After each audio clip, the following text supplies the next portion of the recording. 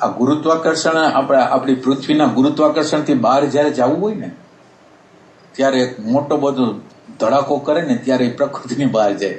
હવે આપણી અગર એવી પ્રેમ કે પ્યાસ જેવી અદ્ભુત વસ્તુ નથી કે જે આપણને ધક્કો મારીને હાયરની અંદર નાખી દે, એવું કંઈ છે નહીં.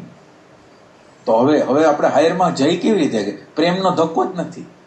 આ જે ભૌતિકતાનું જે આકર્ષણ છે ને આપણી અંદર, જબરજસ્ત આકર્ષણ છે, અને આ આકર્ષણમાંથી આપણે એક જોરદાર રીતે પ્રેમનો પોકાર કરીને આપણે જમ્પ મારવાનો છે. હવે જો આ ગુરુત્વાકર્ષણ એટલે આ ખેંચાણ, જે પ્રકૃતિનું ખેંચાણ છે, એમાંથી નકર નીકળી જ કેવી રીતે ગયા આપણે? અશક્ય. એવી પ્યાસ ન હોય તો આપણે કેવી રીતે નીકળી આવી? અને આ બધી વસ્તુ કેવી છે? હાયરની વસ્તુ છે, એનું અવતરણ કરવાનું છે, અને અવતરણ કરવા માટે આપણે ઓપન રહેવાનું છે.